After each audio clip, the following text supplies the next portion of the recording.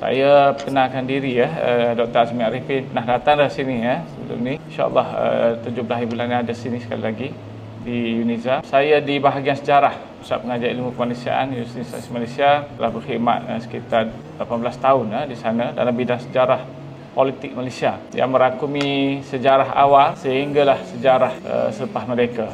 Kalau anda biasa mengikuti wacana saya selalu masuk dalam Facebook, ada juga sedikit dalam YouTube, dalam TikTok ni dah kurang sikit. Orang dah panggil dah, tak bagi dah cakap banyak.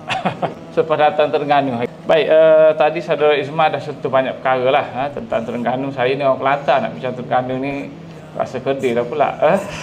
Baik, saya akan lihat dari aspek yang lebih luas lah tentang Perjanjian Bangkok secara spesifik. Kerana kita ni dalam konteks sejarah, saudara Isma tadi sebutlah, sangat-sangat ketinggalan, sangat-sangat tidak peduli, sangat-sangat tidak peka dengan sejarah. Sejarah kita sendiri ni, kalau kita ambil daripada buku-buku, dia adalah sejarah yang tidak berpihak pada kita. Benda-benda yang buruk saja diangkat. Semalam saya ada beri kuliah sedikit di Masjid Seberang Takir. Saya sentuh tentang aspek ni. Saya mungkin tak sentuh lagi tentang pemerintahan Raja-Raja Melayu. Saya tekankan tentang kehebatan Baginda Omar. Baginda Omar the Conqueror disebut oleh British. Segala puji, segala kehebatan dia diangkat oleh British ini, tapi dalam sejarah tak ada. Ini seorang sultan yang memimpin Terengganu ini sampai British kata Terengganu ini tiru cara beri takbiran kerana berpusat. Dan ini raja yang sangat hebat. Orang takut pada dia, tapi dia kelakar sultan ni. Yang kedua saya sentuh Sultan Zainal Abidin. Yang ketiga, bila orang sebut Sultan Zainal Abidin, orang nampak Sultan Zainal Abidin yang itulah.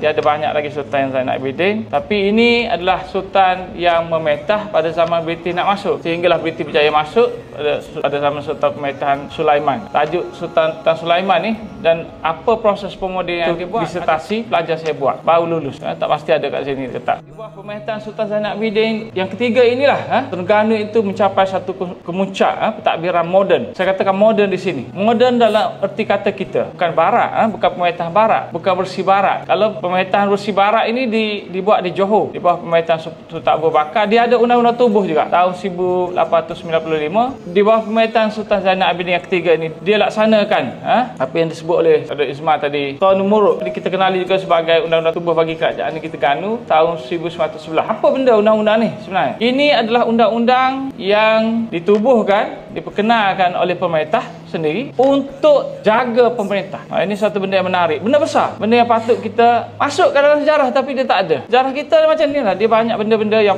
besar tak dimasukkan. Benda yang paling besar kita masukkan apa? British sebagai kerajaan. Jadi pelik. Anda tengoklah buku-buku kita, cerita semua tajuk dia semua British. Kita biasa dengar Darurat, Millennium, Negeri Melayu Bersekutu, Perjanjian Pangkor, Perjanjian Bangkok. Ini semua cerita British, tak perlu pun. Makanya kita sebut perjanjian ni, dia bukan perjanjian sebenarnya. Perjanjian Pangkor, kenapa kita sebut perjanjian? Kita tak buat perjanjian dengan British. Kerajaan British tak buat perjanjian dengan kita. Dia bukan merebatkan kerajaan, tapi kita sebut juga kerajaan. Kerana acuan yang kita gunakan adalah acuan sejarah British. Nah, ini malang sekali ni. Jadi kalau Saudara Isma tadi tunjuk macam-macam tak ada dalam sejarah, benda yang jauh lebih besar tak ada dalam sejarah. Kisah kita berjuang merdeka tak ada dalam sejarah. Kisah bagaimana British membunuh macam di Palestin, ada pernah dengar tak? Genocide. Ikutlah jenis genocide apa? Di Perak British bunuh ramai orang, gantung di pokok, tembak di belakang, serang kampung dengan peluru pelancar roket, baru perkenalkan senjata sophisticated tersebut. Ada tak dalam sejarah kita? Melaka dibunuh beramai-ramai masa Portugis serang, semua orang Islam yang dibunuh tak tinggal kecuali yang bersubahat dengan dia. Ada tak dalam sejarah kita? Masa darurat diisytiharkan, yang jadi sasaran adalah pejuang-pejuang golongan agama. Ada tak disebut?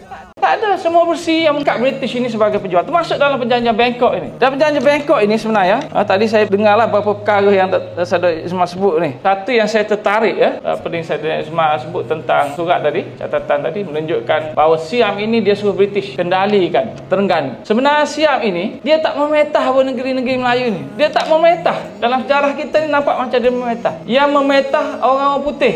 Contohnya di Kelantan, Graham. Di Terengganu tadi Saudara Isma tunjukkan. Macam mana Siam ini berada di negeri Melayu? Dia tak ada pentadbiran. Dia hantar wakil saja. Apa yang wakil dia buat? Selain daripada orang putih, wakil Siam ni, kerja dia mencuri, mengacau orang, apa tanah orang. Macam tu dia buat. Mungkin ada tak sedar nama-nama yang disebutkan tadi. Anderson contohnya, Governor Anderson, negeri Islam. Kemudian ada di Singapura, ada di Pulau Pinang, nama-nama banyaklah, antaranya Davis. Pegawai-pegawai British ini, ramai tak simpati pada Siam ni. Mereka tak mahu Siam. Mereka meluak dengan Siam ni. Mereka kritik macam-macam. Dan antara mereka kritik ni, kalau kita baca sejarah, kita akan dapati orang putih ni puji Melayu. Dia kata Melayu sistem kerah ni bukan jahat, ada bayaran. Kita belajar sejarah, sistem kerah ini menindas. Yang menindas adalah Siam. Dia kalau kerah aja memang dia tak akan bayar. Hamba berhutang. Negeri-negeri Melayu ini, kita dengan sejarah ni kita belajar fakta. Sejarah ini bukan fakta, dia makna. Siapa yang konstruk sejarah itu dalam makna yang dia mahu, itulah yang akan menyebabkan kita faham sejarah macam tu. Jadi kolonial ni dia konstruk pada kita, sistem perhambaan jahat, hamba berhutang jahat, sistem kerah jahat. Apa benda semua ni? Dalam acuan British, dalam makna British. Kalau kita pusing balik dalam logik kita, kemunasabahan kita, sistem ni tak ada masalah. Walaupun dalam bentuk hamba, walaupun dalam bentuk konflik. Yang ada masalah dalam bentuk ni, makna kolonial ni, perjanjian ni. Dia bukan perjanjian yang kita patut terima sebagai perjanjian. Contohnya, istilah sistem berkerah jahat dalam konteks versi British. Dalam konteks kita ini, berkerah bukan sistem kerah. Tak ada sistem kerah. Berkerah apa maksud dia? Kita pernah dengar tak perkataan ni? Istilah berkerah? Gotong royong. British ini dia tak faham gotong royong. Bagi dia setiap kerja mesti bayar. Tak bayar menindas. Macam tu. Dia kata sistem kerah. Dia banding dengan negara dia yang jahat. Perhambaan, slavery dia sebut. Kita hamba ni bukan hamba macam dia. Walaupun istilah hamba, slavery tak sama dengan perhambaan kita ni. Kita perhambaan yang hamba abdi ni dia tak ada sangat. Kita hamba dah bentuk berhutang ya. Saudara Ismail sebut. Hamba berhutang ni, sistem inilah yang mengabsahkan, yang mengangkat kedaulatan kerajaan negeri. Tak ada sistem ni, pembesar tak boleh hidup. Bayangkan pembesar tak ada pengikut. Hamba berhutang ni dalam istilah kita bukan hamba. Yang British faham. Walaupun kita guna perkataan hamba. Ini salah sarjana kita lah guna. Kenapa guna hamba? Hamba orang tak faham. Guna pengikut. Hamba berhutang ni sebenarnya nama dia pengikut berhutang. Kita patut ubah nilai rombak semula sejarah yang versi British ini. Kerana kita tak faham. Cuba faham dalam konteks kita, guna istilah kita. Banyak sejarah orang kita ni guna istilah raja bukan sebetulnya. Negeri-negeri Melayu dalam Suratul Satin disebut ada wa'ad. Pernah dengar tak sejarah Melayu? Suratul Satin dia mula dengan wa'ad. Wa'ad tu disebut raja-raja kena setia pada rakyat. Dia mula ayat tu. Tapak pada sarjana kita, tonggal terbalik jadi rakyat kena setia pada raja. Perjanjian itu kerana raja nak kahwin dengan rakyat. Maka diikat perjanjian bahawa raja kena setia, kena jaga rakyat. Itu yang betulnya. Kenapa? Dan Suratul Satin ditulis oleh siapa? Istana. Untuk macam inilah perjanjian ni lah undang-undang tubuh ni. Supaya istana tetapkan pada pemerintah. Suratul Satin ni adalah buku panduan pada pemerintah anak raja. Dalam tu ada wa'ad, suruh raja ni jaga hubungan dengan rakyat. Dalam tu ada wasiat. Raja-raja nak memerintah, kena restu pembesar. Pembesar ni maknanya semua orang besar secara demokratiknya yang akan tentukan kedudukan raja. Dia proses yang imbangkan di situ. Dari segi politik. Kena dapat nasihat ahli ulama, ahli agama. Kena jaga, kena adil. Kena jaga rakyat dengan baik. Barulah kerajaan kamu tak binasa. Dalam wasiat tu banyak sekali dalam Suratul Satin, dalam teks-teks Melayu. Mana pergi sejarah macam ni? Dia hilang dalam versi British. Jadi saya nak kembali pada perjanjian Pangkor tadi. Inilah benda-benda yang kita harus lihat, acuan kita, kefahaman kita, naratif kita. Ini yang paling basic. Kalau kita tak ubah ni, kalau tunggal terbalik semula, kembali pada yang asal. Dulu sejarah asal kita lain. Datang British, dia perkenalkan macam-macam. Sejarah baru ni, dia konstruk balik. Dia bina balik. Sampai kita ni dikuasai. Sejarah ni saya kata tu lah. Dia bukan yang kita belajar fakta sejarah. Itu level yang rendah. Level yang tinggi ialah bagaimana sejarah ini dibina. Siapa yang ada kuasa bina sejarah. Siapa yang interpretasikan. Siapa yang menyebabkan sejarah itu jadi begitu. Ayat ni kita kena mula start nilai balik. Barulah kita boleh fahami perjanjian Bangkok ini. Kerana perjanjian-perjanjian dalam sejarah negeri-negeri Melayu ini, dia dalam bentuk perjanjian yang sangat tidak adil. Dia tak adil kepada kita. Dia tidak melibatkan kita. Dia sudah bermula tahun 1824. Perjanjian British ini dia buat dengan Belanda. Samalah ni. Orang di Pahang, Raja Pahang ada kaitan dengan di Sumatera, Johor, Kedah, ada kaitan dengan Sumatera. Sampai peringkat pembesar-pembesar di Pahang kata, tanpa hati British buat perjanjian, pisahkan kita dengan keluarga kita di Sumatera. Tanpa ada satu sebab. Kita pun tak tahu berita ni. Kita tiba-tiba kita dapat tahu saudara kita sudah jadi bangsa lain. Tak lagi jadi saudara-saudara senegara kita, sebangsa. Dia jadi negara lain. Kerana tujuannya British nak berbaik dengan Belanda. Kerana masalah di Eropah. Buat perjanjian di sini dengan logik dia. Ada tak dia ada hak terhadap Sumatera, terhadap Melayu? Tak ada.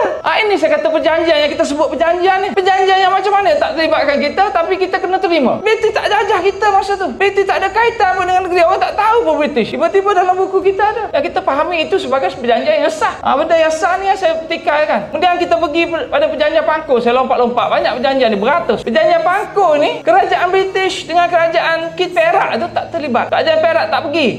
Kerajaan British tak tahu pun perjanjian ni. Tetapi akhirnya dalam buku kita disebut perjanjian Pangkor. Saya kata kenapa sebut perjanjian? Ini penipuan di Pangkor. Bukan di Pangkor, di atas kapal perang. Mereka terlibat diseret, dipaksa.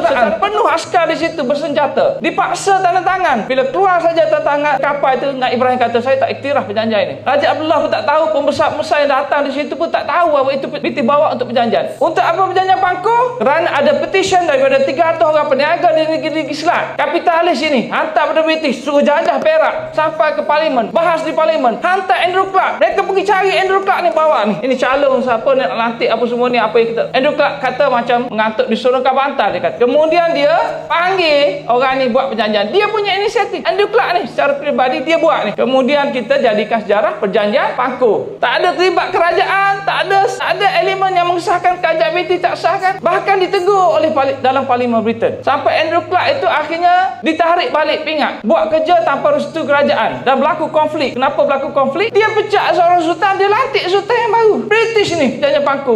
Perjanjian Pangku ni bukan kaitan dengan Melayu, bukan untuk selesaikan masalah Melayu. Dia mahu selesaikan masalah pergaduhan orang Cina di Larut. Itu tujuan dia. Tapi jadi satu perjanjian bahawa orang Melayu ini, perjanjian Pangku itu dibuat kerana orang Melayu suka bergaduh, berebut kuasa. Benda ni tak adalah sejarah. Ada dalam buku teks kita, saya baca, saya kata ini, saya guna perkataan supaya orang rasa terkejut. Saya kata ini benda-benda yang bohong, tak ada dalam sejarah. Macam mana kita masukkan? Ada tak ahli sejarah? Saya sabar di sini, ada rakaman langsung. Ada tak ahli sejarah boleh buktikan berlaku perang saudara di Perak? Di mana perang saudara tersebut?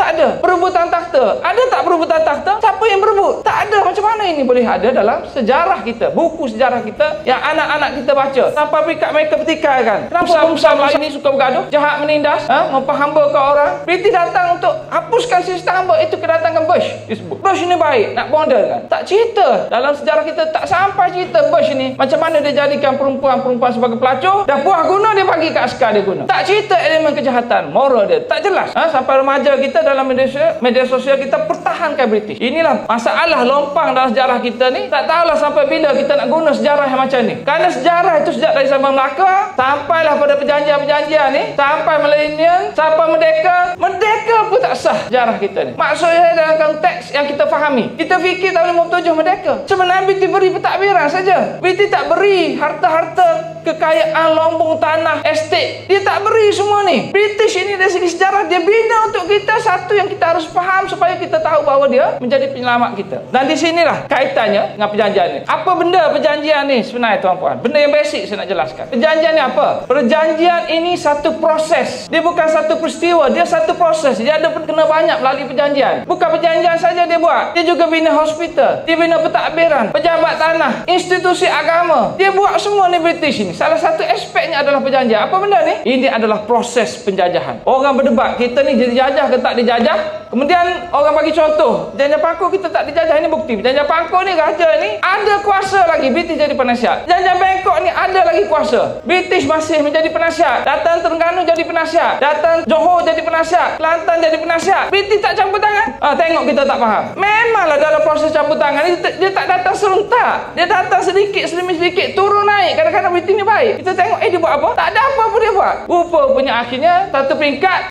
semua tak ada dah, dimiskinkan, buang ke luar bandar, pedalaman, kampung-kampung, bagi pada orang tanah. Bila dia tinggalkan, semua harta ini sudah menjadi milik orang lain sampai ke hari ini. Dan apa betulnya perjanjian di sini? Dia berkaitan dengan hak kita sebagai satu bangsa. Mereka buat perjanjian tahun 1824 ada perjanjian, 1826 ada perjanjian, 1874 Pangku ada perjanjian, sampailah di sini 1909 ada perjanjian, kemudian ada perjanjian seterusnya, tak berhenti sampai milenium, sampai mereka. Perjanjian ini sebenarnya tujuan dia adalah untuk memastikan British dapat manfaat, bukan masyarakat di sini. Dan kebanyakannya tanpa restu harta daripada raja-raja pun. Perjanjian Pangku tak disetujui 1824, perjanjian British Belanda tak disetujui, tak tahu pun. Perjanjian Bangkok ni raja tak tahu pun. Buat perjanjian dengan Siam. Dia buat perjanjian dengan Siam. British ini apa tujuan dia buat perjanjian dengan Siam? Kerana British ini mahu supaya tidak diganggu Semenanjung ini, biar dia pegang seorang diri. Dia dah buat perjanjian 1824. Masalahnya Siam ni sering ganggu, terutama dia ganggu Kedah. Terengganu ni jauh sikit, selamat sikit, Kebal lah sikit. Dan dia anggap negeri-negeri ini sebagai kawasan dia. Tapi tak ada pentadbiran. Dia hantar orang dia buat kacau saja. Tu British marah tu. British kata mereka ni tak guna, datang mencuri saja. Pencuri tu kata orang lain sebagai pencuri. ni. British ni. Tapi kalau baca sumber-sumber, inilah saya kata, anda tengok sejarah kita. Sumber oleh British ni yang puji kita tak naik dalam sejarah. Yang cerita Siam ni tak guna, Melayu ni bagus, mereka itu buat ini, puji raja-raja ni. Baginda Omar ni dipuji berlangit. Mana dalam sejarah kita ada? Sultan Zainal Abidin, pemerintah moden yang Islamik. Ini moden Islamik ni, bukan gaya British punya, original punya. Gaya British ni untuk kepentingan British. Tapi ini tak ada dalam sejarah kita. Pelik, dia jadi pelik. Yang ada ialah sistem British, kerajaan British, penasihat British jadi sejarah kita. Sejarah kita ni orang British baca lebih sesuai daripada kita baca. Saya cuba untuk lihat secara umum, nak ringkas sikit lah masa. Banyak isu saya nak bincangkan, terutama dalam konteks perjanjian Pangkul ni. Dah skip dah beberapa perkara. Cuma saya nak bawa semula kita kepada teras perjanjian ini. Dia banyak isu berkait dan dia ada banyak perspektif tentang perjanjian Bangkok ini ataupun perjanjian treaty di antara British dengan Siam. Patut nama dia ialah perjanjian British Siam lebih sesuai. Tapi orang tak faham kalau sebut British Siam. Maka saya guna versi British lah, perjanjian Bangkok. Sebenarnya dia dibuat di Bangkok, tapi nama dia ialah Treaty British Siam. Yang tu nama penting. Kenapa kita kena ingat nama tu? Barulah kita tahu bahawa British dengan Siam saja. Negeri Melayu tak terlibat. Raja tak tahu ni. Buat perjanjian dahulu. Kemudian baru bagi tahu raja. Dah ada perjanjian, kena ikut. Dan disebabkan oleh raja-raja. Terengganu tak mau, Kedah tak mau, Kelantan, semua menentang ni. Betul lah Saudara Ismail cakap. Apa pilihan raja-raja ni? Kalau mereka menentang British, mereka lawan, boleh tak sampai habis-habisan? Benda ni akan memudaratkan orang Melayu sendiri. Sebab tu anda tengok raja-raja kadang-kadang terpaksa ikut. Nampak? Macam bersebahat dengan British. Kerana kalau mereka tak ikut, raja akan dipecat. Raja ni dipecat oleh British. Boleh sarjana kita ni. Ada seorang tahu orang Terengganu ke apa?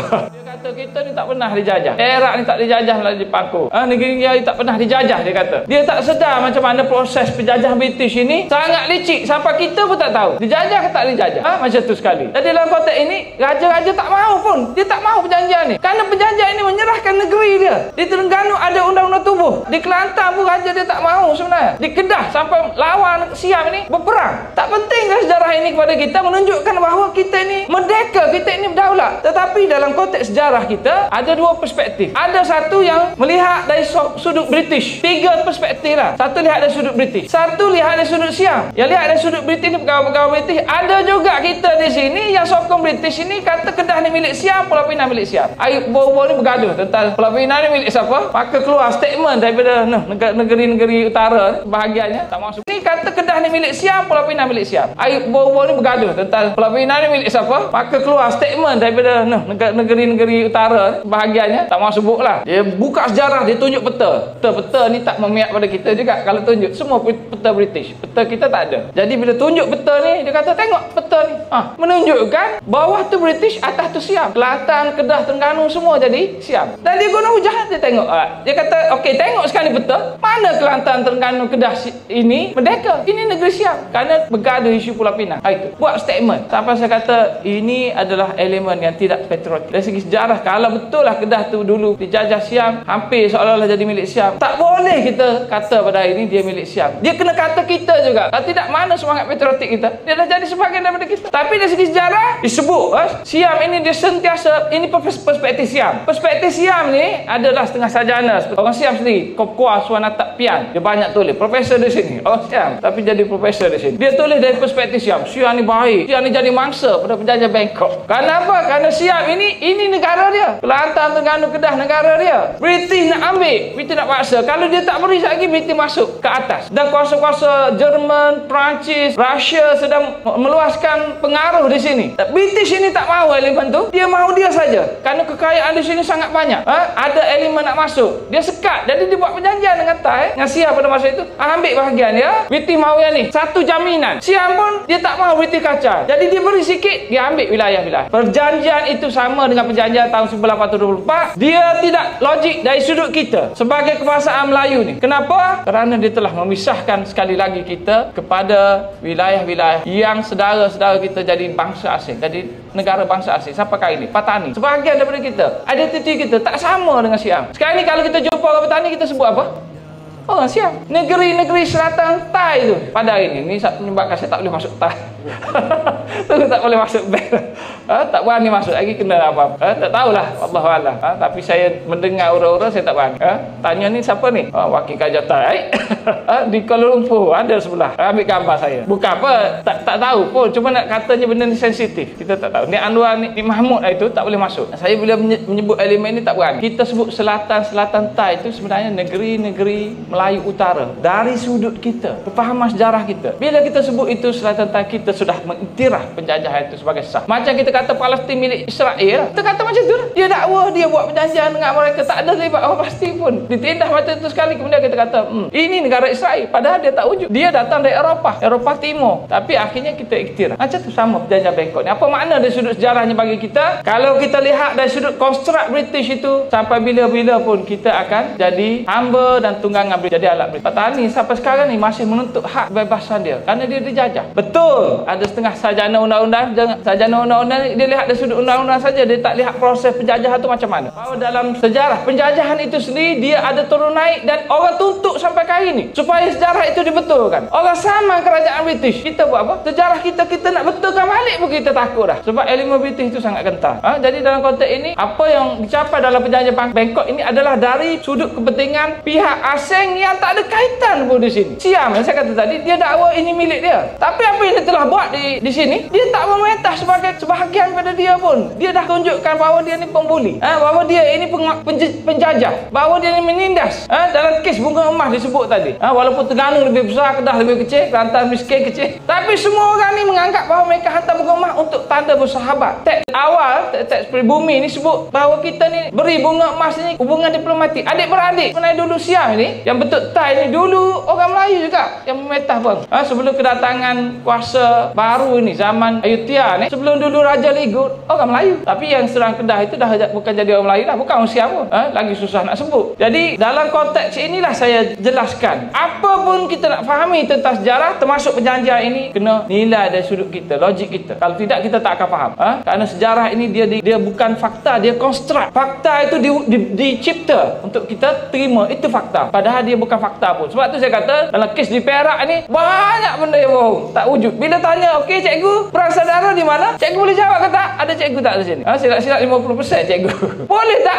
Anda mengajar di sekolah, anda pernah tahu tak perang saudara berlaku di mana? Siapa berperang? Pernah tanya tak? Cikgu-cikgu yang lain, pensyarah anda pernah tanya? Pensyarah anda boleh jawab tak benda macam ni? Siapa yang keluarkan mitos berlaku perang saudara di Perak sampai BT datang untuk betulkan kita? Inilah yang berlaku dalam senario sejarah. Anda tahu tak kenapa negeri-negeri Melayu ini akhirnya menerima British buat perjanjian seterusnya tahun 1910, Kelantan, Terengganu, untuk sahkan perjanjian Bangkok ini? Kerana sebenarnya mereka ini tak ada pilihan pun. Kalau mereka tak terima benda macam ni, British akan jajah. Ini sebenarnya dalam proses untuk mencari bahagian mana kedaulatan itu masih boleh dipelihara, mana ruang lagi boleh diisi supaya ada syarat British ni iktiraf. Raja-raja Melayu di negeri Pantai Timur ni dia dapat keistimewaan. Johor, Kelantan, Terengganu, dia belajar daripada sejarah. Sultan-sultan ni hebat sebenarnya. Dia belajar dari sejarah bahawa negeri Perak, negeri Selangor, negeri Pahang, negeri Sembilan, kawasan ini British datang dengan alasan kami datang untuk selamatkan. Kenapa British guna alasan tersebut? Kerana ada perang saudara, ada konflik, ada kekacauan yang British kata aku itu. Dan semuanya berpunca daripada British juga. Tapi British guna alasan tersebut. Jadi bila raja-raja negeri Melayu di Pantai Timur ni, di Terengganu, di Kelantan, dia dapati bahawa itu alasan British, maka mereka cuba untuk ubah pentadbiran, modernkan negara. Inilah yang dibuat oleh Raja Zainal Abidin yang ketiga. Kenapa dia modernkan? Kenapa dia masukkan ulama? Kenapa dia buat undang-undang jangan beri tanah? Supaya ruang untuk British masuk tak boleh masuk. Dan British, dan itu yang dia buat ini. Terengganu ini memang in advance. Betul lah, dia paling bagus sekali. Negeri lain, Johor sistem dia lain, bagus juga. Di Terengganu ni dia panggil ulama, lantik Syekhul Islam, Tok Kupaluh tu, lantik mufti, serakkan dalam pentadbiran supaya, dan sistem dia adalah undang-undang Islam, syariah, kuat undang-undang ini. Saya kata moden kerana dia adalah satu undang-undang yang sistematik, moden. Jangan lihat dari sudut British. Bila berkenal ke pentadbiran, apa jadi? Dia terkenal, raja ni popular kerana pentadbiran dia yang sangat canggih, sophisticated, hebat, sistematik, aman. Negeri ini jadi aman. Jadi BT tak boleh masuk. Walaupun sebuah perjanjian Bangkok tahun 1909 Terengganu dinyatakan diserahkan kepada British tetap tak boleh masuk. Nak paksa untuk terima sistem penasihat Inggeris. Penasihat ni apa benda? Resident. Dia guna istilah penasihat. Kerana resident orang lawan. Penasihat. Sama lah ni. Istilah British ni. Dia tipu kita macam tu. Semua aspek. Orang penasihat. Yang sampai sedana kita percaya, kita tak dijajah penasihat saja. Temberang semua. Sejarah kita ni. Saya baca sampai meluak. Saya bercakap ni tak pernah lagi nada suara saya rendah. Macam suara macam suara Cik Izman. Tak padan dengan suara saya. Dia akan tinggi saja. Kenapa? Kerana saya baca sejarah dengan kemarahan. Dia kena ada perasaan macam tu. Anak-anak kita kena ada perasaan macam tu. Baru patriotik. Baru nampak penjajah jahat. Baru ada perasaan benci. Baru belajar sejarah. Kalau tidak, tak belajar sejarah. Baca untuk jawab peksa saja. Jadi bila raja-raja ni dia faham, dia ubah pentadbiran. Raja Kedah kurun ke-19 ni. Kurun ke-19 ni kalau anda baca buku sejarah, sarjana sejarah, profesor sebut apa? Guru saya Profesor Syah Bongkeng. Dia kata kurun ke-19 ini adalah zaman anarkis. Kenapa dia kata macam tu? Semua berlaku. Perang saudara sini, perang saudara di sana. Kurun ke-19. Dan ikut versi British, memang negeri ini anarkis. Tu BT masuk tu guna alasan tersebut. Tapi bila kaji balik sejarahnya, kita ni sekali lagi ditipu. Perang saudara bukan perang saudara pun. Konflik di negeri Melayu antara keluarga raja ni dia sentiasa berlaku. Dia bukan proses yang menimbulkan masalah. Zaman Melaka lagi, dia tak pernah lagi menyebabkan kerajaan tumbang seperti yang didakwa oleh ahli sejarah ini. Dia tak menyebabkan kerajaan rosak, kerajaan lemah. Tak pernah lagi. Sistem tu dah bagus. Bila datang kuasa British ini ganggu iktiraf satu pihak yang lain untuk cabar kuasa di istana pusat, dia jadi tak seimbang. Keadaannya nampak tak stabil. Tapi tak ada perang. Selalunya berlaku dalam konflik di negeri Melayu ini perselisihan keluarga tipikal. Kerana kadang-kadang raja ni isteri dia sampai 4 orang, ada yang lebih lagi. Anak dia berbelas orang. Nak lantik siapa jadi sultan? Pengganti. Maka dia berebut. Dia proses biasa. Orang putih panggil ini adalah konflik tipikal. Tipikal konflik. Gaduh biasa-biasa. Andai yang dia sebut. Dan dia kata pergaduhan ini antara keluarga tak jejaskan rakyat. Dan dia kata kenapa kita tumpu kajian sejarah ni benda yang negatif. Dalam sejarah kita kaji tentang kita ni bergaduh je. Bergaduh sana, bergaduh sini. Jadi profesor ni senarai kan. Oh ini perang saudara di Terengganu, di Kelantan, di mana-mana. Yang dia kata punca runtuh negeri Melayu abad ke-19, punca BT masuk. Bila saya kaji, saya tanya mana ada negeri Melayu yang runtuh kerana bergaduh ni? Tak ada sebuah negeri pun. Dia kata seluruh negeri runtuh. Bermula dengan Melaka. Melaka runtuh kerana serangan Portugis. Dia tak sebut. Kerana dia nak reka satu sejarah yang ikut style British. Inilah sarjana kita. Dia reka. Dia boleh reka sejarah yang macam tu. Kalau orang biasa baca, dia akan teruknya negeri Melayu. Tak guna sungguh pemeta. Dan itulah image yang dibina pada hari ini. Sistem bagus. Raja memetah anda cari raja yang jahat. Mana satu? Anda boleh nama ke tak? Saya selalu ulang benda macam ni. Ada tak raja jahat? Sistem jahat yang macam mana? Raja yang jahat ni dia memetah, dia bunuh berapa ramai rakyat. Ada tak macam ni? Tak ada. Raja yang buruk ada.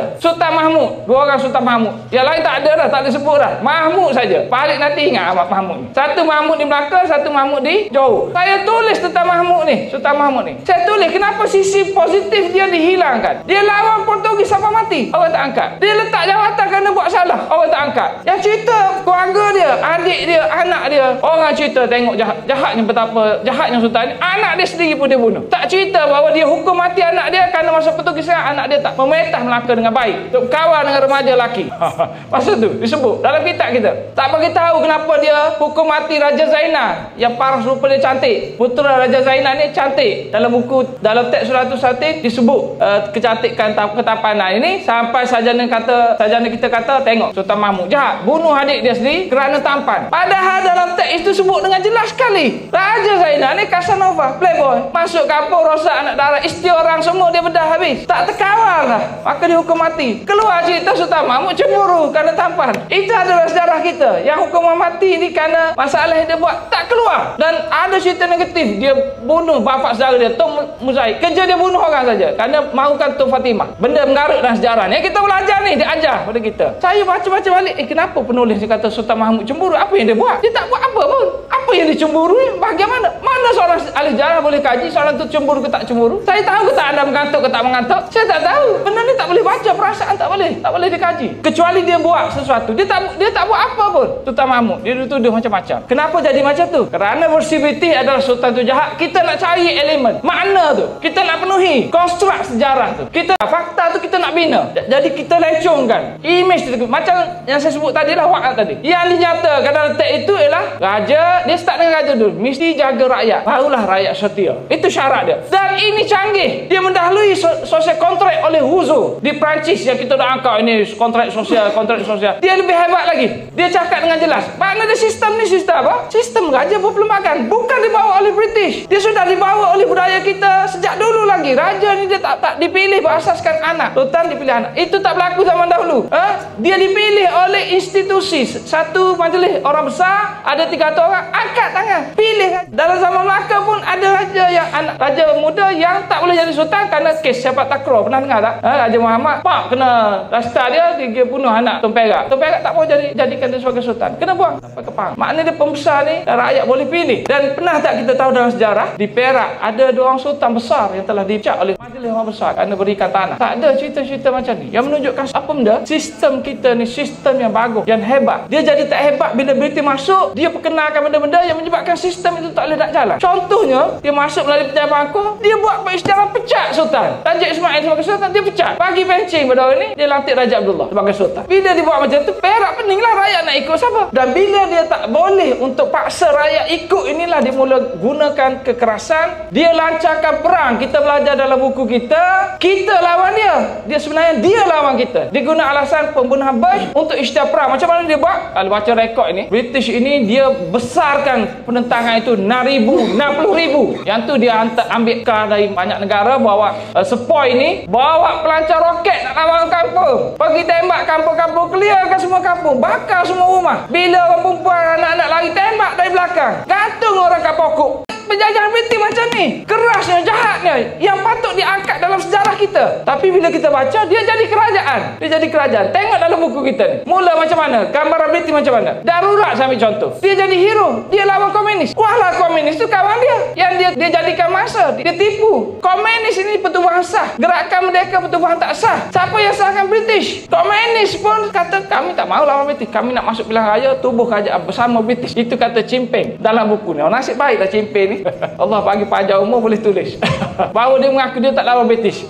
Senang kerja saya. Untuk saya debat, Chimping kata dia tak lawan. Yang kamu kata komunis angkat senjata, di mana bukti komunis angkat senjata lawan British? Yang kita belajar di sekolah ni. Darurat. Melencur sikit. Tak apalah, saya tujuan tak nak tupu Bangkok dah. Tak pergi pada anda. Nak serah anda ni supaya anda balik insaf, taubat dari aspek sejarah. Kita dah tak ada dah kekuatan sejarah ni kerana buku-buku tak berpihak pada kita. Sejarah kita negatif. Istilah, konsep, image, konstruk itu fakta. Semua tak berpihak kepada kita kerana kita ambil daripada penjajah. Sekarang ni tugas kita ialah kita kembali, kita kena baca balik, lihat dari sudut kita. Macam mana kita nak buang sejarah ni? Lihat dari sudut kita. Macam mana kita nak buat? Inilah pengalaman yang saya lalui. Dulu saya macam ni lah. Oh, ini pembesar-pembesar ni gila kuasa, lawan British ni kerana cukai saja. Padahal logik dia lah, apa masalah kalau lawan British kerana cukai? Ada masalah kat situ. Tapi kita fikir logik kita, tak guna punya pembesar, lawan British kerana cukai. Dia jadi satu masalah. Dia jadi seolah-olah, okey, pembesar ni lawan British kerana RM1. Apalah RM1 lawan British. Padahal betul dah dia lawan British kerana RM1. Jangan tengok kerana RM1 tu, tengok dia lawan British. Jadi kita kena ubah makna sejarah. Saya ulang balik. Sejarah yang kita belajar ni bukan fakta. Bukan nak tahu-tahu sekian, bukan nak jawab Datuk Onlat buat apa, bukan nak tahu tubuh ni apa, perjanjian macam mana. Bukan itu yang patut kita belajar. Ini kalau kita belajar, kita akan pergi pada sejarah British. Kita akan jadi rakyat British. Kita akan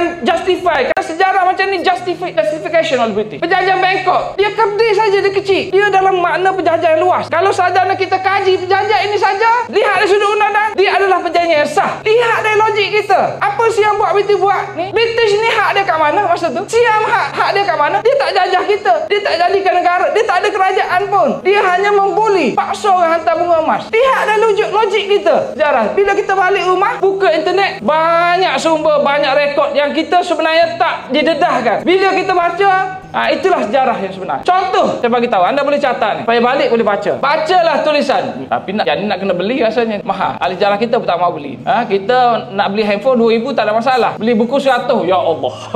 Lentang tu. Tulisan oleh Frank Furedi. Nak tunjuk dokumen pada anda selori, takut anda tak mahu. Saya bagi yang biasa-biasa anda boleh dapatkan. Frank Furedi, FRANK-FUREDI. Third World Nationalism. Orang putih lah kita ni, canggih. Kan ni cakap orang kampung main kedai kopi, orang putih. Baca Frank Furedi, Third World Nationalism. Tekan cek dalam internet, anda baca. Dia sebut darurat ni bukan darurat. Perang kolonial British ni tipu kita hidup-hidup. Tapi dia ni tak faham juga.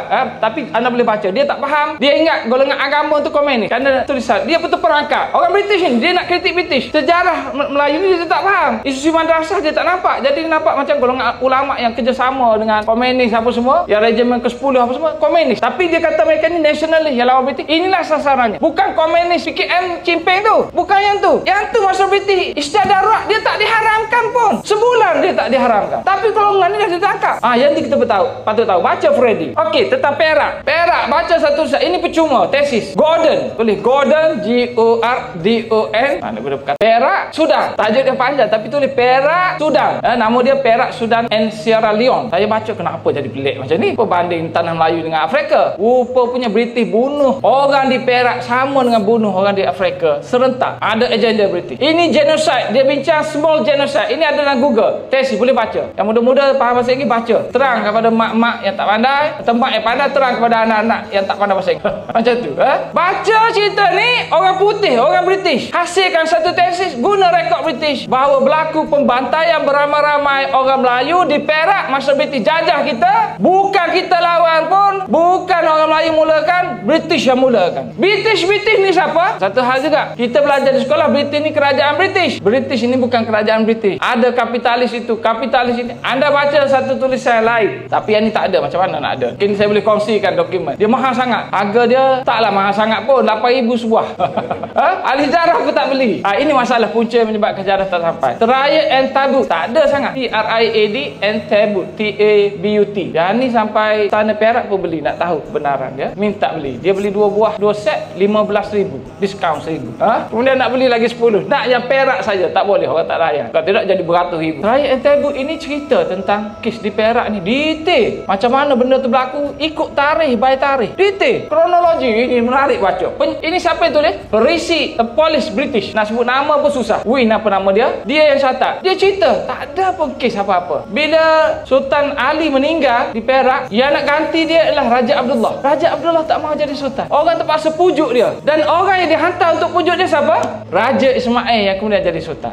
Tiba-tiba sejarah cerita orang ni lah yang bertekar berebut berperang untuk jadi sultan. Dua-dua tak mahu jadi sultan. Sumber British. British ini anda kena faham. Satu rekod rasmi ini boleh dipercayai. Yang ni secret, top secret punya. Tak lepas. Kita tak baca. Yang ni. Jadi kita tak tahu sejarah. Yang dilepas pada kita ialah catatan British oleh pegawai persendirian. Ikut suka saja dia tulis. Tanpa bukti-bukti. Dia kata jahat dan pembesaran ni. Tindas, kerah, paksa orang bayar itu. Dia cipta saja. Kita baca ambil. Yang ni bila keluar, sekarang ni dia keluar. Tahun 1990-an. Saya ingat lagi. Zaman tu zaman apa? Zaman reformasi.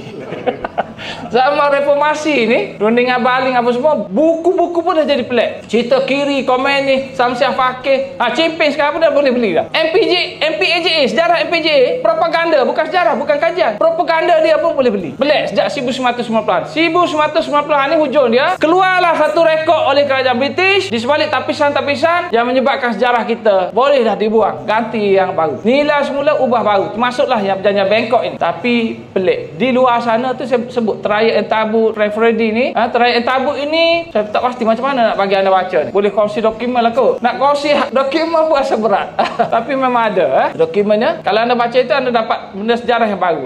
Jadi benda-benda macam ni dia patut mengubah sejarah kita. Dan saya bila dapat dokumen ini, sumber ini, saya pun berubah. Kefahaman saya berubah. Semua jadi tak logik lagi. Semua sejarah jadi tak betul. Semua saya petikaikan. Dan bila saya tanya soalan ini, ada tak orang boleh jawab? Kerana fakta itu dah salah. Berlaku tak perang saudara di Perak? Siapa yang berperang? Tak boleh jawab. Kerana sumber yang ada menunjukkan bahawa tak ada perang. Tak ada perang. Kalau kita tahu ada perang, ada tak orang kaji perang? Ada tak orang tulis? Tak ada tulis. Siapa yang berperang? Kita pun tak tahu. Di mana berperang? Kita pun tak tahu. Darurat orang kata PKN angkat senjata. Bila PKN angkat senjata? Di mana dia angkat senjata? Dia angkat senjata kat mana? Senjata macam mana dia angkat? Berapa orang dia dah serang mati? Sebelum British isytihar darurat. Lepas darurat tu perang. Sebelum tu sampai British isytihar darurat. British kaitkan dengan 3 orang majikan dibunuh di Sungai Siput. Nah, dengar ajaran. Ada seorang pelajar buat PhD dia kata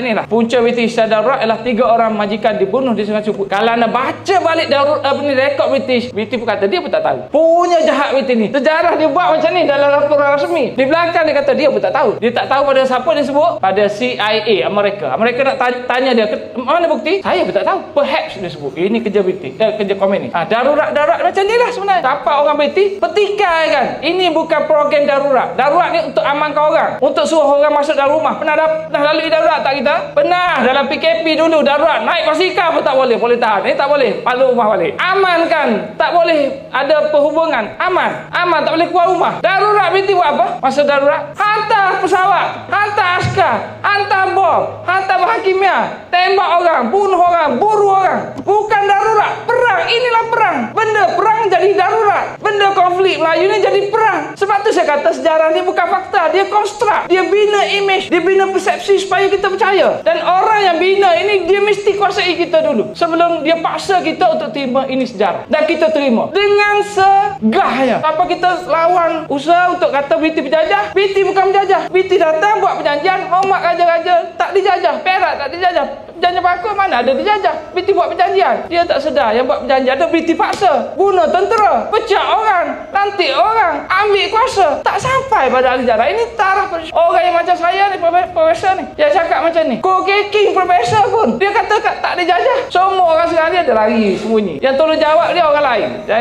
Zainal Keling maksud. Oh, tak dijajah. Dia ni tahu tak sejarah? Tak tahu pun. Dia bukan ahli sejarah. Inilah keadaannya.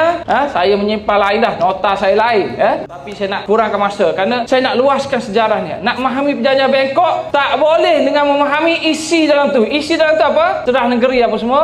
Kemudian isi dalam tu apa? Serah negeri apa semua. Kemudian sempadan negeri. Itu yang dua yang besar. Sempadan ini orang boleh hujah. Ini perjanjian sah. PBB sah kan? Kalau kita lihat dari sudut macam ni, kita memang betul-betul percaya imperialisme itu bagus. Kerana PBB sah kan? PBB ni siapa? Wakil pada British juga. Yang bina siapa? British. Mereka masa dahulu lagi ketara. Sekarang ni PBB dan isu Palestin buat apa? Tak ada orang peduli pun. Keadaan mereka British tak mahu peduli. Jadi dalam perjanjian ini dia sebut macam tu. Dia seolah-olah menggambarkan, okey, Kelantan, Kedah, Terengganu ni hak Siam. Siam beri pada British. British pun terima yang tu. Jadi British berilah petani apa semua. Beri agih harta. Macam cerita penyamun tarbus, satu untuk hang, satu untuk aku, dua untuk hang, dua untuk aku. Macam itulah penyamun. Semalam saya kata, ulang benda yang sama. Di masjid semalam saya kata, kita nak faham British, jangan faham dia sebagai penjajah. Datuk faham, yang Bambak faham tak penjajah ni apa? Mana boleh takrif ke tak? Payah tuan-puan. Tanya saya, penjajah ni apa benda, nak sebut macam mana? Saya nak beri makna penjajah tak boleh. Macam mana anak kita disadurkan dengan istilah penjajah? Dia faham ke tidak? Masa dia belajar di sekolah penjajah ni, dia faham ke tidak penjajah ni? Dia tak faham. Mudah kan istilah itu pada dia? Pencuri. Macam tu. Tukar nama British ni pencuri. Boleh faham tak pencuri? Kalau orang tak faham pencuri, memang masa kecil memang tak pernah mencuri duit mak. Memang baik sungguh. Tak faham bahasa pencuri, apa istilah pencuri. British ni pencuri. Dia datang ke sini cari kekayaan, cari bahagian mana dia boleh kebas. Bila dia beri merdeka, itu saya kata merdeka kita macam mana? Dia beri kita pentadbiran. Benda-benda harta apa semua dia masih pegang. 16 syarikat pegang. Sampailah peristiwa down rate tahun 1981, barulah kita rampas semua. Barulah betul-betul kita dapat balik hak kita. British ni. Jadi kalau kita nak berdebat kita ni dijajah ke tak dijajah, jangan tengok dari segi politik, jangan tengok dari segi perjanjian, jangan tengok dari segi apa yang kita buat, pentadbiran dia apa semua. Itu tak penting. Kerana itu adalah proses untuk dijajah. Apa benda British ini? Pencuri, cari kekayaan. Lihat dari sudut mana yang dia telah ambil, maka dia adalah penjajah yang mencuri. Kalau kita nak lihat, nak cari peristiwa British ini jahat, nak cari kat mana? Buku kita kat mana British jahat? Itu saya kata pelik. Boleh tak buku kita cari kita ni jahat? Bertimbung sana sini. Lawan British jahat kerana cukai. Tak cerita bahawa dalam kelompok penentang pejuang yang lawan British ini, contohnya Mak Kila, Datuk Bahamai datang ke sini dilindungi oleh Tok Kupalu. Dalam kepala pejuang-pejuang ini, mereka ni fikir cukai sahajakah masa lawan British? Bukan. Mereka ni masa British masuk, mereka dah tak suka dah British. Siapa British ni? Benda ni ada dalam rekod. Rakyat tanya ni siapa British? Kenapa dia lantik sultan? Kami tak terima, kami tak boleh terima. Kami dah ada sultan. Kenapa dia lantik? Ini sultan macam-macam rakyat sebut. Benda ni tak sampai pada kita. Dalam rekod ada. Kerana kita tak kaji. Ada satu sumber lagi. Mungkin kalau anda berminat baca, boleh baca ni. Rekod-rekod baru ni. Dengan saya sebenarnya banyak. Sangat banyak rekod ni. Ingat sampai mati pun tak habis nak baca. Tak baca, 10% pun baca. Tapi baca 10% ni, dia menyebabkan saya rasa sangat sugul. Sangat suka untuk terima. Yang ni anda boleh tengok bila saya bercakap akak ni dengan perasaan, penuh perasaan. Habis lalu bila bagi kuliah, bagi wacana ni, tangan kaki satu badan saya dia akan jadi nak cramp. Kerana apa? Kerana tingginya benda nak disampaikan, sukarnya nak fahamkan anda supaya benda macam ni, level pemikiran tu dia jadi menyebabkan saya stres. Benda yang tak ada dalam sejarah kita nak rongkai balik, betapa susahnya. Tapi sejauh mana pun saya bawa suara saya ini merata tempat dah banyak tahun dah. Saya tulis mula buku, saya tak pernah lagi dikritik orang kerana salah fakta saya, kerana bahan yang saya rujuk sangat kuat. Sejarah yang kita ada pada ini tak ada rujukan, tak ada sumber. Yang saya ni ada sumber, saya tunjukkan sumber. Orang minta sumber, beri, tunjukkan ada sumber. Tak ada siapa pun peduli pada saya selain daripada nak mengelakkan saya bercakap di sana sini. Tutup jalan. Tak beri cakap di sana sini, tutup jalan. Tak beri apa-apa keizinan dan sebagainya. Kalau dia beri izin tu, kita lepas lah tu. Dia tak tahu saya lagi macam mana. Jadi macam tu sukarnya untuk kita suarakan. Sejarah je tuan-puan, sejarah. Saya tak ada apa-apa libat apa-apa sejarah, ada sejarah je. Sampai ditekan rasa nak penceng. Dia sebut penceng lah.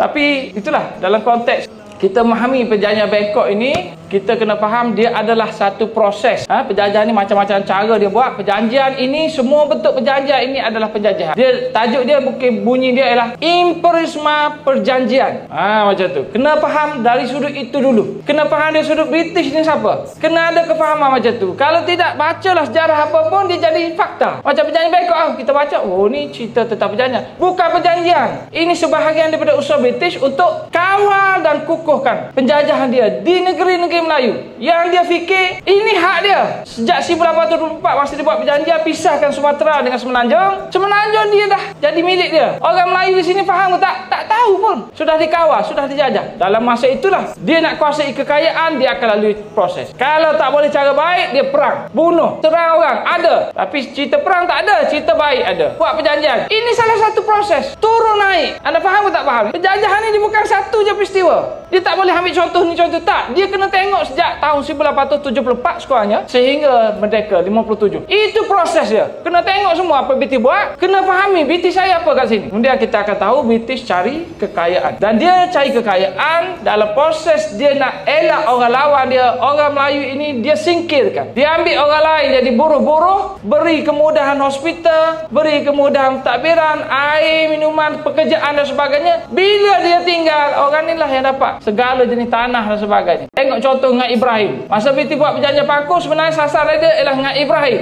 Kapitalis di belakang British ini berusaha untuk memecah orang ini. Maka sejarah dia jadi buruk. Dia oportunis, dia gila kuasa nak jadi sultan. Jadi buruk sejarah dia kerana British nak tulis dia jahat. Nak justify untuk buang dia. Kerana larut kaya dengan biji timah. Itu sasaran Paku ni, larut. Maka dia cuba untuk pecat orang ni. Orang ni cerdik, pembesar ni cerdik. Dia pergi ke London, saman kerajaan British, guna peguam British, guna sistem British. British tak tahan, guna perang, guna alasan Bush kena bunuh. Kalau baca rekod ni, macam mana Bush ini dihantar oleh British, orang dah petikai. Kenapa hantar Bush? Dia dah perangai dia buruk, kenapa hantar dia? Orang British di sana. Tapi kemudian bila dibunuh, ada sebahagian pegawai kata, oh ini bagus. Ini a God ten chance kepada kita. Tuhan bagi peluang kepada kita untuk pergi berperang. Sama macam zaman Jepun. Jepun ni British kata, puji. Oh bagus ini bagus. Kita nak kuasai negeri-negeri ni payah. Kita nak perang tak boleh. Kerajaan British tak beri perang. Dasar British adalah dasar tidak campur tangan. Yang saya kata British ini adalah syarikat British. Inilah tak ada dalam sejarah kita. Kita jadi keliru. Kapitalis yang tamak ni. Yang berperang di Palestin pada hari ini. Kita nampak kerajaan kan? Syarikat senjata. Kapitalis yang mencari peluang untuk mendapat kekayaan. Bina projek. Ini mereka ni terlibat. Tersembunyi dalam sejarah. Tapi rekodnya ada. Inilah sebenarnya yang berusaha untuk melancarkan perang. Tapi dia nak berperang, dia tak mahu keluarkan kos. Ini kelompok yang tamak dan kedekut. Tak mahu ada kos, dia manipulate the situation dengan wujudkan satu keadaan bahawa orang Melayu lawan dia. Maka dia boleh guna alasan kekerasan dan tentera. Bunuh. Cara macam mana tunjuk orang Melayu lawan? Tunjuk dalam laporan 6,000 orang. Ada sebuah akhbar 60,000 orang bangkit. Padahal mereka tak lawan pun. Macam mana saya tahu macam ni? Lepas peristiwa tersebut, kes ini dipersoalkan di Parlimen Britain. Parlimen Britain persoalkan. Ini benda tak wujud. Macam mana raja ini dihukum?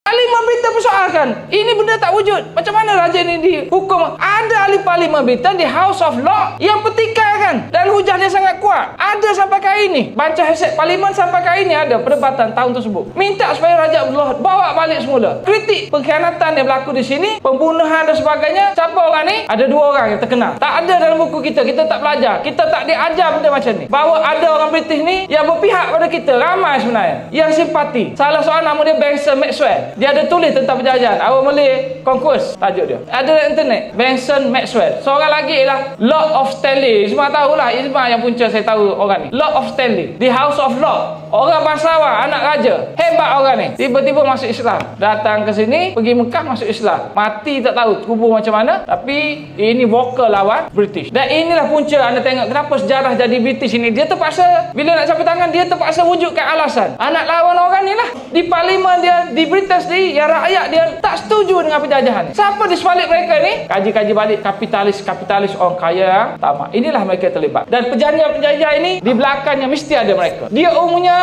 British ini penjajahan dia tidak melibatkan kerajaan itu sendiri. Kerana kerajaan ni ada yang tak menyokong. Yang selalunya terlibat di belakang tu adalah kapitalis, syarikat-syarikat. Inilah benda yang tak dikaji orang. Kita tak tahu, kita tak faham bahawa syarikat-syarikat ini mereka terlibat. Mereka buat bagi rasuah, mereka bayar buat ini, buat petition, gunakan British untuk beralatkan untuk wujudkan perang. Ini cara mereka untuk dapatkan kuasa dengan cara penjajahan. Mereka mahu penjajahan. Termasuklah isu penjajahan Bangkok ini. Jadi saya tak sentuh panjang lagi, masa tak mengizinkan. Maaflah lari daripada nota sebenar tentang penjajahan Bangkok. Harapan saya ialah apa yang saya terangkan tadi akan dimanfaatkan. Ada sedikit kesedaran, setitis kesedaran pun cukup supaya anda bermula dengan satu proses untuk nak memahami balik apa yang berlaku. Benda tu sangat penting. Kalau tidak, kita tak mungkin tak penting sejarah bagi kita. Hari-hari kita makan nasi saja, tak makan sejarah.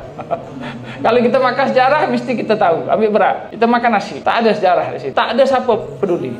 Jangan kita alpa kerana orang lain sedang membina konstruk. Ini tak tahulah kali ketiga ke kali keempat untuk bina semula sejarah yang tidak memihak pada kita. Angkat peranan buruh sebagai kelompok pejuang negara. Angkat peranan komunis sebagai pejuang negara. Cuba untuk putarkan kita ini sebagai pendatang. Ini benda yang dibuat secara konsisten, tuan-tuan. Bukan benda yang dituntut saja. Dia sejarah ni dia datang dengan hak. Bila boleh tunjuk bahawa ada kelompok itu berjuang, maka dia boleh tuntut hak. Jadi mereka tahu, mereka faham, mereka mahukan sejarah itu diangkat. Nak angkat sejarah tak boleh. Sejarah yang ada ni kebanyakannya persubahatan dengan British. Jadi mereka angkat elemen yang lawan British. Siapa lawan British? PKM. Dia bina satu sejarah, tak ada siapa pun lawan British. Sejarah mereka dari segi logiknya kita baca, oh betul juga mereka buat. Tak ada siapa pun lawan British. Yang lain semua subhat-subhat. Yang lawan British ialah komunis.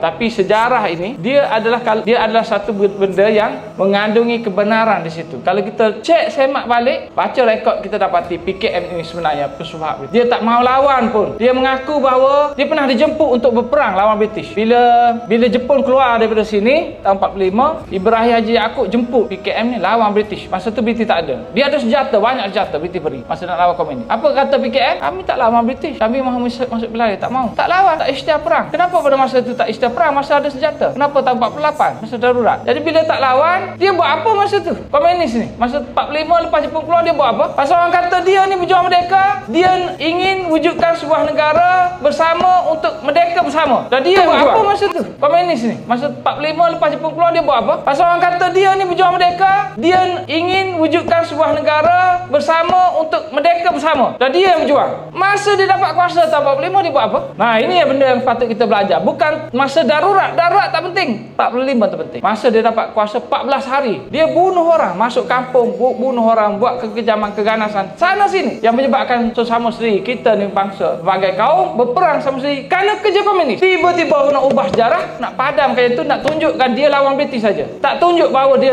melawan, membunuh rakyat di sini. Dia ditimbulkan imej-imej yang baik. Sejarah itu cuba diubah macam dikonstruk. Tapi alhamdulillah kerana ada bukti yang baru keluar ni tak memihak pada narratif tersebut. Dia memihak pada sejarah perjuangan kita. Saya nampak ni baru-baru je, beberapa tahun, 3-4 tahun ni, bahawa yang lawan British ini golongan alim ulama nombor 1. Yang ni kalau tak mula, tak ada dah, kita habis dah. Dikuasai sepenuh British. Yang ni mula lawan. lawan. Kental ini. Mula dia lawan, inilah lahir madrasah-madrasah yang melahirkan kelompok yang seterusnya lawan. Madrasah ini yang penting jadi pusat perlawanan. Darurat itu untuk lawan madrasah, bukan lawan komen. Dan kita baliklah cari bacaan-bacaan yang percuma dari internet, baca balik. Kita biar pemikiran menuju ke arah elemen yang syak wasangka tak ada. Dengan cara itu saja kita boleh mula terjumpa dengan elemen-elemen yang akan dapat menangkis sejarah yang kita faham pada ini dalam acuan penjajah ini. Nyahkan sejarah dalam acuan penjajah. Saya ingat itu saja daripada saya. Sekian. Wabillahi taufiq wal hidayah. Assalamualaikum warahmatullahi wabarakatuh.